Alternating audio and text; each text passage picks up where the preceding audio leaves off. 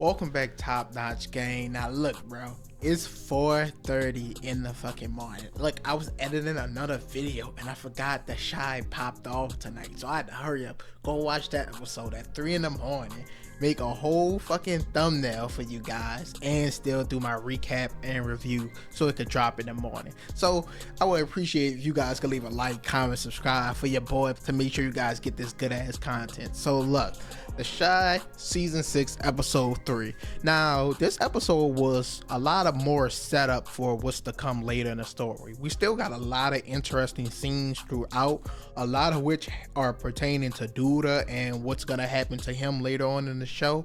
So this episode was very interesting, so we're gonna point out a lot of details, and then we also was left on a huge cliffhanger that we're gonna have to dive into in this video.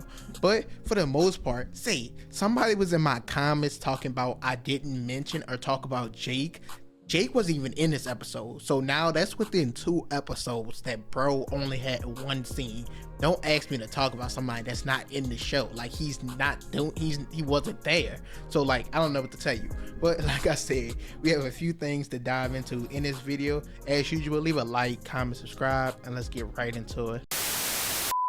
So I'm gonna name this section of the video Trouble for Douda because it looks like a lot is coming his way. First things first, we finally get the confrontation between him and Darnell in this episode, but most of the episode is centered around a housewarming party for Emmett and Keisha, in which they pretty much invite a majority of the main cast, and of course Douda shows up. Now the scene where Douda arrives and everyone gets quiet and starts staring, the tension in that scene in the room is just so fucking good and enjoyable to watch because we know how the season's gonna play out later. But as I was saying, of course, him and Darnell finally did the meetup because he realizes that Douda gave Emmett a gun. Now, Emmett, at the end of this episode, the gun is missing. It's gone. He doesn't know where it is. And we saw that Darnell, when they left out the room, he was standing in front of the room door. So everyone's guess is going to be that he's the one who took the gun.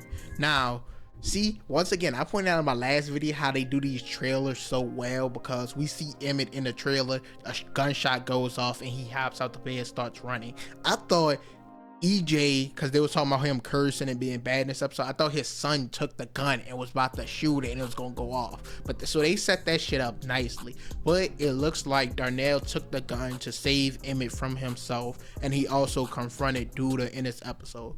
Douda kind of pushed back, like, do you know who you confronting type shit, but like Darnell wasn't backing down. He had his shit on his waist. He looked like he was prepared to use it. So, and also this section, like I said, is named Trouble for Douda because as well as Darnell pressed them, Victor, he kind of pressed them as well, like, why the fuck are you even here type shit. And Douda said he shouldn't be talking to him like that, and he was like, I'm the one sitting in the city council, I'm the one with the fucking government position, maybe you should be worried about me.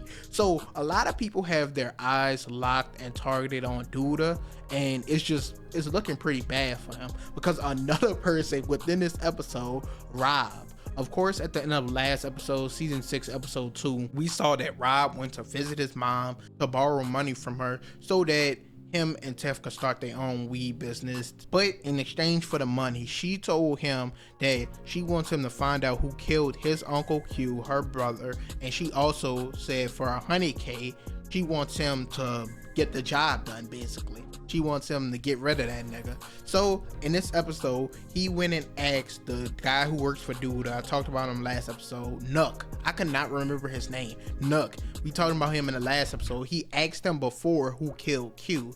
He circled back around in that question this season and asked him once again, kind of insinuating that he knew it was Douda. He asked if Q owed Douda money as well, and Nook didn't really answer. He told him don't really worry about it, shit like that. But Rob, it seems like he's putting 2 and 2 together. So that's 3 people. That's Darnell, that's Victor, and now that's Rob. That's 3 different people who have pressed Douda in this episode. Not to even mention Lynae's brother, who we're going to talk about in the next section with Bakari. I got to give him his own section because I just came up with a new fucking theory of the possibilities that's going to happen. Lynae's brother, like I said, He even questioned Bakari working for Douda. He got to keep an eye out for that, telling Lynae keep an eye out for that as well. So trouble for Douda is heading his way. Like, he can't keep getting away with everything. Like, he been getting away with shit for way too long, and by the end of this season, I think his downfall is pretty much inevitable at this point.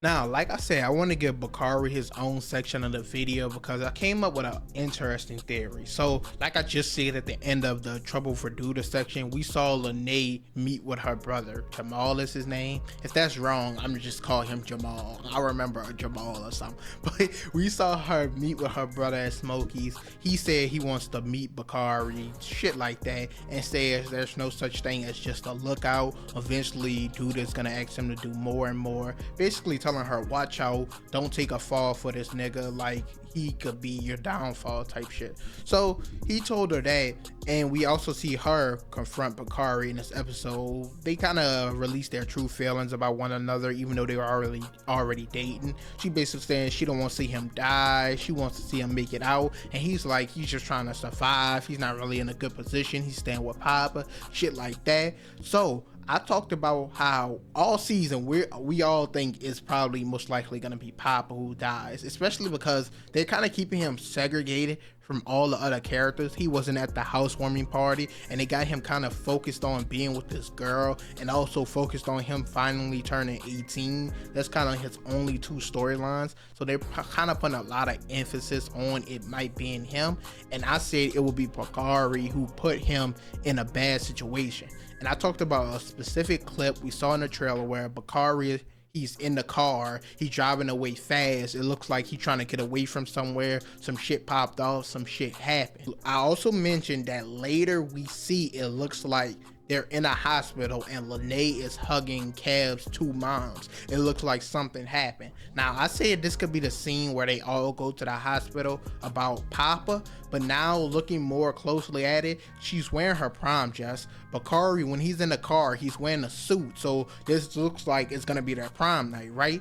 So it only makes sense that maybe I'm starting to think that her brother will save Bakari in some sort of way, and the reason we saw the scene of Lynae hugging the two moms is because it's her brother who might end up dying, because he's not really an integral character to the story so far, and I think it's still an impactful death because Lynae, that's her brother, and also it might put a strain on her relationship with Bakari. And then if it has something to do with Douda, that might cause Bakari to turn against him as well, which adds even more trouble for Douda because he already got Victor looking at him, he got Darnell looking at him, and he has Rob looking at him. So that's three people, and if he get Bakari to turn against him as well, now they kind of sort of have an inside man. Even though I assumed in my last episode it was gonna be Emmett, I don't know, this just sounds like an interesting theory with Bakari, and if he could get this done, he could finally get out the gang like Lynae wants. Now, it might be too late if this theory comes true and he actually does get her brother killed, but I think this is a smart theory based off what we've seen in this episode. Like I said, Lynae brother, she confronted him about Bakari, he confronted her about Bakari, said he's a street nigga, he's eventually gonna have to do more, put in more work, and telling her basically to look out for him. Lynae confronted Bakari, he's saying he's doing this to survive, he's gonna eventually want to get out, but will it be too late? I think this is an interesting theory. You guys can let me know what you think about it down below in the comments. Also, give me any other predictions for any other characters throughout the story. Who do you think that funeral scene is for? Who do you think will kill Douda? Do you think Douda will even die? Let me know all that down below in the comments. But that's my Bakari theory so far. It seems like, I don't know, I don't see no holes in it. Tell me if you see any holes in it. I think that'd be an interesting way to play off the character, because like I said, in the scenes, if you look closely, it looks like a lot of shit is gonna pop off on their prom night, and it just makes all the scenes more intensified if this is all setting up to Lynae's brother getting killed or someone close to her getting killed. So my Papa theory, it still stands, but this one is kind of growing on me. Once again, let me know what you think down below in the comments. Okay, a quick rundown for the rest of the characters within the fucking show, because I was recording at 4. I'm almost done with the video, but this is for everyone who's just gonna ask about other characters. It's fucking 6 in the morning now, so this is the last part of the video. But Cav, he still wants Maisha. He has a talk with Emmett in this episode. I think they need to rush that relationship along. If they're gonna just do one scene per episode, the shit is gonna take forever. Jake and Gemma weren't even in this episode at all, but it is 6 in the morning. Maybe I'm forgetting, but I don't recall seeing them at all. Papa, once again, they're keeping him separated from everyone. He's focused on the new girl, don't know her name, don't remember it, but that's all he doing. I mentioned in a prior video about Cav dating Maisha and them not telling Papa. At this point, he might not even care with him talking to the new girl, and I think all this is just setting up even more to the prom episode. Of course, Jake taking Gemma, Bakari taking Lynae, of course Maisha and Cav, and then Papa has his new girlfriend. So you might not even care. I think, like I said in my last video, he might care that they lied to him or kept it from him, and if he was to die, that would have a big impact on Cav. But I'm starting to lean towards my Bakari theory. But I got all those characters out the way in probably like 40 seconds because they really aren't doing much this season, which is kind of unfortunate, but hey, it is what it is. Once again, that's it for this video. Make sure you guys leave a like, comment, subscribe. Let me know all your thoughts and opinions on The Chi season 6 episode 3, what you think is possibly coming later in the season, and I'm out.